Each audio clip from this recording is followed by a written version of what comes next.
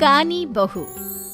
किशोरी लाल जी के बेटे राघव की शादी की बात जगह जगह चल रही थी, लेकिन किशोरी लाल जी को कोई लड़की पसंद ही नहीं आती थी। और उसकी एक ही वजह थी, किशोरी लाल जी का लालची होना।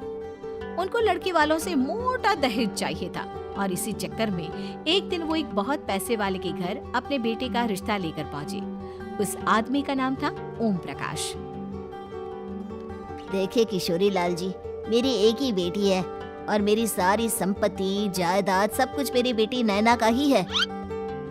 पापा, नाम से लगता है बहुत खूबसूरत होगी। कितना अच्छा नाम है ना, नैना।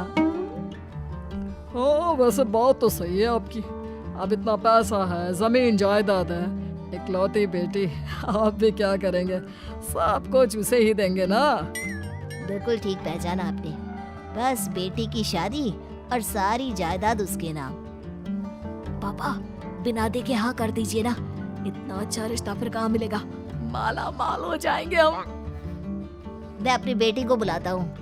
अरे नहीं नहीं नहीं नहीं, आपकी बेटी का नाम नैना है, सुनकर ही लगता है बहुत सुंदर होगी। रहने दीजिए अंकल, मैं तो आपकी बेटी के नाम से ही इतना खुश हो गया हूँ कि उसे बिना देखे शादी करने को तैयार हूँ। अब तो मैं उसका चेहरा सीधे शादी के बाद ही देखूंगा। और इस तरह राघव नैना का चेहरा नहीं देखता और उससे शादी कर लेता है। शादी के बाद अपनी सुहाग रात पर जब राघव नैना का घूंघट उठाकर देखता है तो नैना की आंखें बंद थी। कितनी खूबसूरत हो तुम नैना, जरा अपनी आंखें खोलकर मेरी तरफ देखो तो सही। नहीं, मुझे शर्म आती है। अरे, मैंने तुम्हें शादी से पहले भी नहीं देखा और अब अगर तुम आंखें खोलकर मुझे देखोगी भी नहीं तो मुझे अच्छा कैसे लगेगा? इससे पहले कि नैना अपनी आंखें खोलकर राघव की तरफ देखती, अचानक से लाइट चली गई और राघव नैना को पूरी तरह से देख भी नहीं पाया। अगली सुबह नैना राघव के लिए नाश्ता बनाकर लेकर आई। अरे ये क्या, आधा पराठा सेका हुआ है और आधा बिल्कुल कच्चा। ये तुमने क्या किया नैना? बहू, तुमने क्या आधा पराठा तवे से नीचे लटका कर रखा था, जो आधा सिका है और आधा कच्चा? मुझे जितना दिखेगा उतना ही तो सीखूंगी ना पापा जी। जहाँ जहाँ मुझे नजर आ रहा था वहाँ मैंने सीख लिया, जहाँ जहाँ नहीं दिखा वहाँ कच्चा रह गया होगा। इसका क्या मतलब है? ये कैसा मजाक कर रही है तुम? अरे बहू, तुमने इतना लंबा घूंघट क्यों लगाया हुआ है? देखो, हमारे घर में बहुओं को बेटी की तरह रखा जाता है और फिर तुम तो इतना सारा माल लेकर आई हो। देखो, ये घूंघट डालकर रखने की कोई जरूरत नहीं है। हाँ नैना, पापा जी ठीक कह रहे हैं, तुम तो आराम से रहो, अपना ही घर समझो। नैना अचानक से अपना घूंघट उठा लेती है। अरे ये क्या पापा, नैना की तो एक आंख फूटी हुई है। नाम से नैना, लेकिन ये तो कानी बहू निकली। मेरे साथ धोखा हुआ है, धोखा। बिना दिखाए अपनी कानी लड़की मेरे संग ब्याह थी। मुझे कानी बीवी नहीं चाहिए। मुझे अभी ओम प्रकाश जी से बात करनी पड़ेगी। आखिर उन्होंने मेरे साथ ऐसा किया क्यों?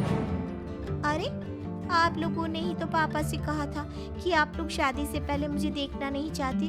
अब मेरे पापा पर क्यों इल्जाम लगा रहे हैं? अरे लेकिन उन्हें बताना तो चाहिए था ना कि तुम कानी हो, एक आंख से तुम्हें दिखाई नहीं देता। किशोरी लाल और राघव नाराज होकर ओम प्रकाश को अपने घर बुलाते हैं। पापा जी, ये आपने क्या किया? शादी से पहले बताया क्यों नहीं कि नैना की आंखों में परेशानी है? अरे, आप ही ने तो लड़की देखने से मना कर दिया था। और लेकिन आप बता तो सकते थे। आपको तो हमारी बेटी की प्रॉपर्टी चाहिए थी, वो भी पूरी की पूरी। अब क्या हुआ अगर उसे आधा दिखाई देता है? प्रॉपर्टी तो आपको पूरी मिल गई ना। अरे ये क्या बात हुई?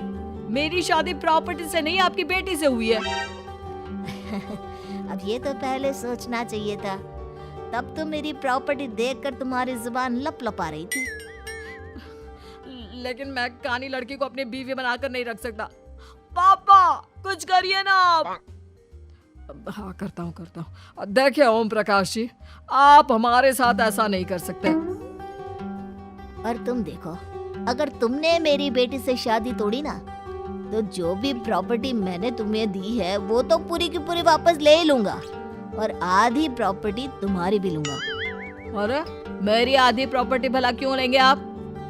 इसलिए क्योंकि मेरी बेटी को आधा नजर आता है और उसकी नजर अभी तक तुम्हारी आधी जायदाद पर ही पड़ी है। अब तुम उसे घर से निकालोगे तो कुछ तो लेकर जाएगी ना। और अगर हम आपकी बेटी को अपने घर की बहू बना कर रखे तो? तो तुम्हारी पूरी प्रॉपर्टी तुम्हारी ही रहेगी और जो मैंने तुम्हें दिया है ना उसमें से बस मैं आधा लेकर जाऊंगा।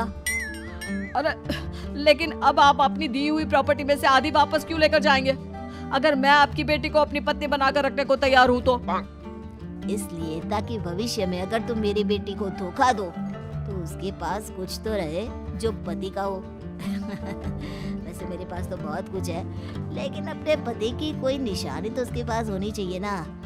अब अगर तुमने मेरी बेटी को कहानी कहा तो तुम्हें प्रॉपर्टी भी कहानी ही मिलेगी, पूरी नहीं। जमाए राजा। किशोरी लाल और राघव समझ चुके थे कि वो पूरी तरह फंस चुके हैं और अब उनके पास वहां से निकलने का कोई चारा नहीं है। अब समझ में आया ना, लालच बुरी बला होती है। एक तो तुम्हें प्रॉपर्टी मिली, ऊपर से बीवी मिली, उसमें तुम्हें नखरे भी दिखाने हैं। आए बड़ी, चुपचाप बैठो दोनों। कुछ दिनों के बाद नैना राघव की कार लेकर बाजार घूमने निकलती है और जब कार लेकर वापस आती है, ये क्या? एक तरफ से मेरी गाड़ी पूरी खराब हो चुकी है। लगता है तुमने मेरी गाड़ी को किसी दूसरी गाड़ी के साथ एक्सीडेंट किया है। अरे कितना बड़ा नुकसान कर दिया तुमने बहू। वो क्या है ना पापा जी, मुझे एक आंख से दिखाई नहीं दे रहा था, सामने से गाड़ी आ रही थी। मुझे तो सिर्फ आधा ही दिखाई दिया और वो गाड़ी मेरी कार से रगड़ती हुई निकल गई। अब मैं क्या करूं बताओ? आप इसे ठीक कराने के पैसे कौन देगा? तुम्हारे पापा? तुमने मुझसे इस तरह से बात की? अभी रुको। नैना राघव की शिकायत ओम प्रकाश को कर देती है। देखो राघव, अब जो मेरी आधी प्रॉपर्टी तुम्हारे पास थी ना उसमें से आधी और मैं लेकर जाऊंगा क्योंकि तुमने मेरी बेटी को डांटा। अरे नहीं पापा जी, गलती हो गई, माफ कर दो। गलती की तो कोई गुंजाइश ही नहीं। अगली बार मेरी बेटी को डांटा तो बची हुई आधी में से आधी और ले जाऊंगा। लालच के चक्कर में हम दोनों ने बहुत बड़ी गलती कर दी बेटा। एक तो तुम्हें कानी बहू मिली और ऊपर से जो माल मिला वो भी काना। इस तरह राघव की हर एक गलती पर ओम प्रकाश उसकी प्रॉपर्टी का आधा आधा हिस्सा लेकर अपना सारा माल वापस ले गया और राघव को कानी बीवी से काम चलाना पड़ा। भाई लालच वाकई में बुरी बला है।